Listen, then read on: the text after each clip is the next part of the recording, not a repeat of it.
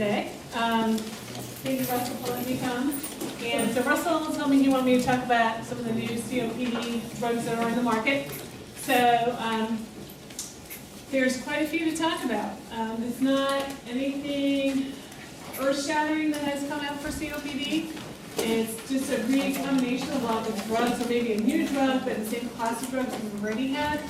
So there's not been some new discovery out there that's going to cure COPD. So these are still treatments for COPD. And so I want to back up a little bit. I didn't bring the slide. My slides were all just the pictures of the inhalers. And we're going to do, today's going to be mostly show and tell.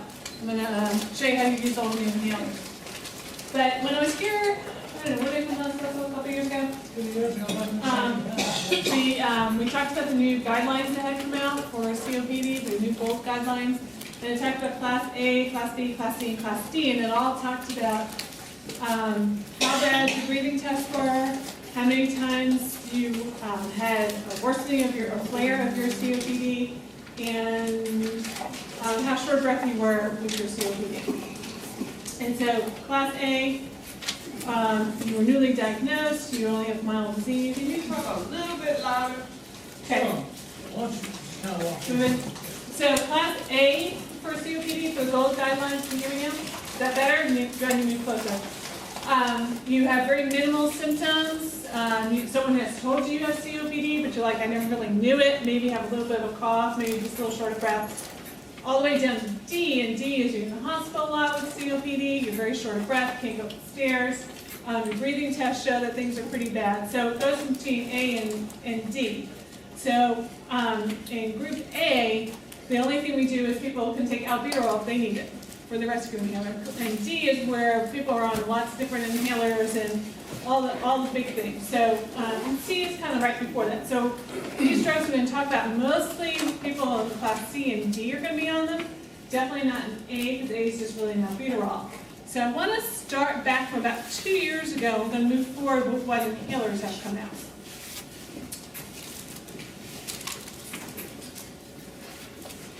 So this is the first one, Combinent inhaler. And it's not that Combinent is new. Combinent is a combination of albuterol and ipratropium or Atrovent. So it's always kind of been on the market. It always had, you can see the orange cap on this one. It always had an orange cap on the other one too, but it was the last of the inhalers to switch over to be compliant with the FDA with getting rid of propellants that were in the inhalers. Remember when it happened? What, 2006, I think? All the albuterol switched over, and no one liked their albuterol anymore. Remember those? So this is the last. So they came up with the Respimat. And so this is Respimat. Anybody use this? What is it?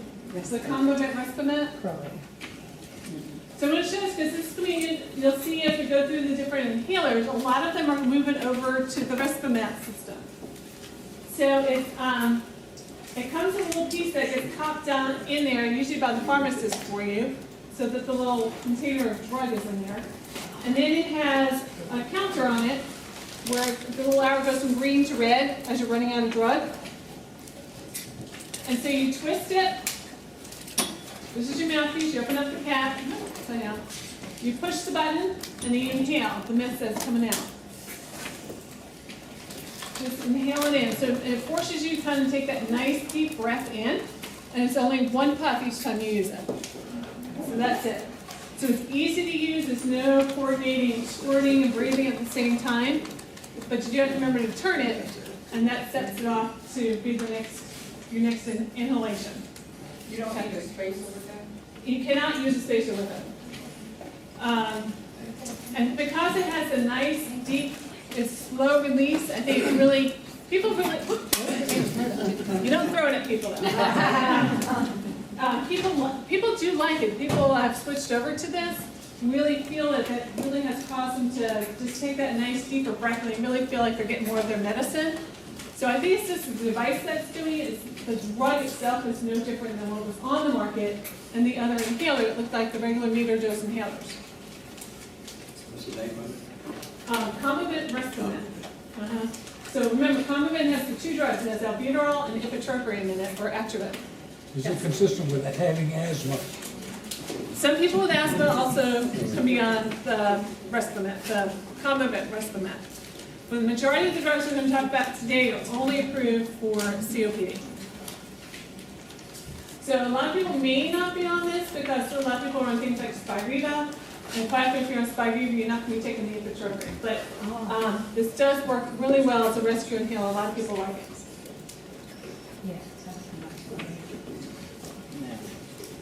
Did you say if you're you would not take that? Quite often if you're on Spiriva, because Spiriva is a long-acting ipratropium, so you may not need the ipratropium if you're on Spiriva. So a lot of people are not on it since that has come on the market.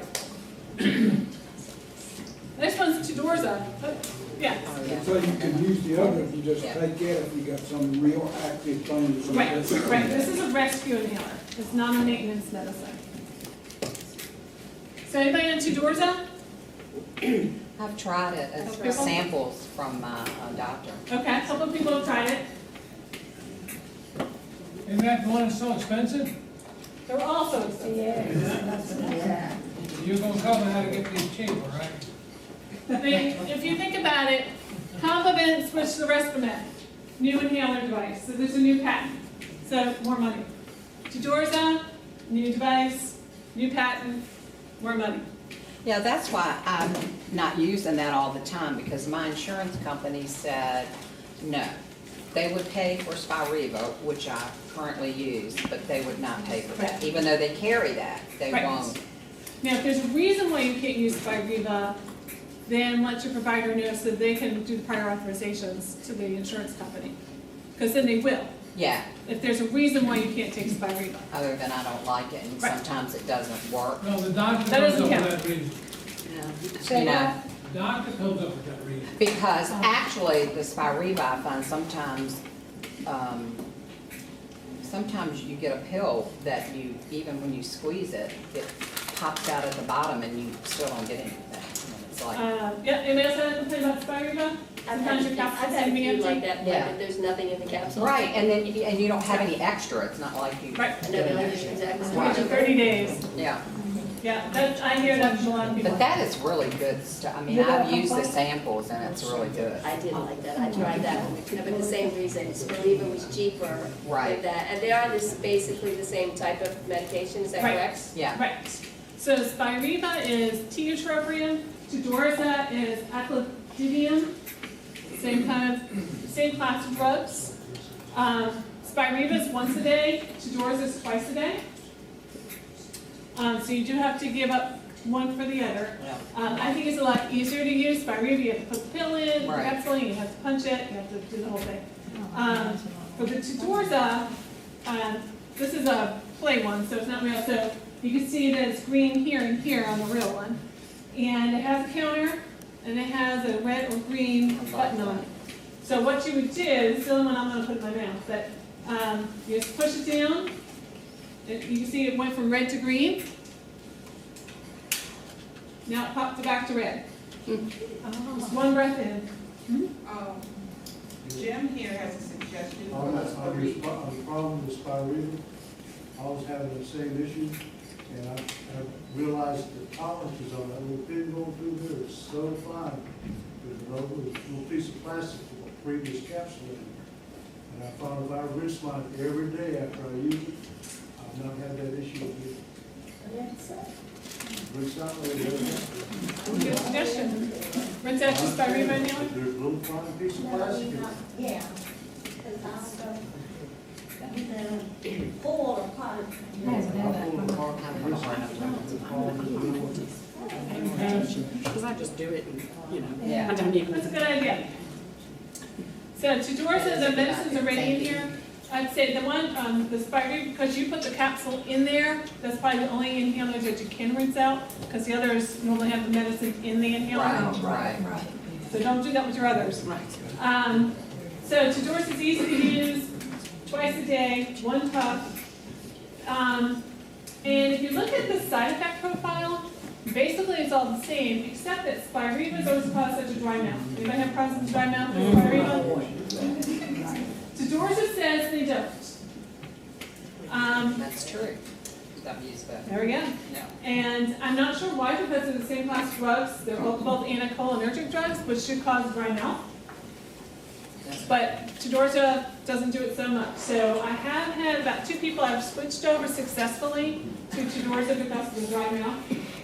Everybody else has fallen through because the insurance company said, no, I didn't have another reason to make the switch. The other thing that I noticed with the Tudorza that I don't get a relief from with the Spiriva is the junk in your throat. Huh. Get rid of, I mean, when I used that, it was like, it was all gone. Okay. So she was saying the congestion in the back of her throat seemed to do better with Tudorza than the Spiriva. Maybe that's a good reason. I was gonna There say, you go. that could be it. So do keep in mind with your Spiriva, if you take the capsule out, make sure you dump it straight into the garbage can. Don't put it in your hand first, because if there's some medicine left on it and you get it in your hand and you wipe your eye, you can get blurred vision. Oh. Okay, Tudorza, you don't have to worry about it because it's all inside. Anything with the capsule. Some people, some men do have problems with this drug, whether it's Spiriva or the Tudorza, because it can cause urinary retention. So if you have an enlarged prostate, you already have problems going to the bathroom, it can possibly get worse on this type of drug. I have 1 or 2 men have had to take off because of that. So it is a possibility. That goes common. Was that? And that goes common. Glaucoma, you cannot use it if you have narrow angle glaucoma, you cannot use this drug. So always check with your eye doctor. Uh-huh. Is that true even after you've had surgery for narrow angle glaucoma? I would make sure, I would check with your ophthalmologist, because there may still be a little bit of high I had to do that pressure. one time to get on a clinical trial, Uh-huh. and the ophthalmologist said, once you've had the surgery, you no longer have narrow angle. Right, as long as they're still saying you do not have it, then you can use medicine. If they're saying there's any chance that you still have some glaucoma, narrow angle, you cannot use it. I find something like this that the patient thinks is about. Yep. So always make sure that, they still say it is not there, because even after surgery, I'm sure they're still checking your pressure from time to time. So always check and make sure they think it's okay. Okay, so that's Tudorza. This has been on the market for, I don't know, probably about 2 years, I guess, 1.5 years, something like that.